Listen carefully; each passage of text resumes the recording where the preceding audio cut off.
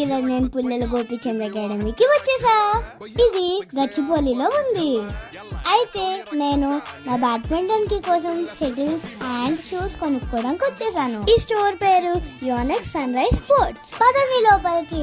లోపల ఏమేమి ఉన్నాయో మీకు చూపిస్తాను. నేను బ్యాడ్మింటన్ గేమ్ కి ఏం కావాలో అన్ని ఇక్కడ ఉంటాయి. నేనేమేమి కొన్నాను చూపిస్తాను. ఏం కొన్నావు?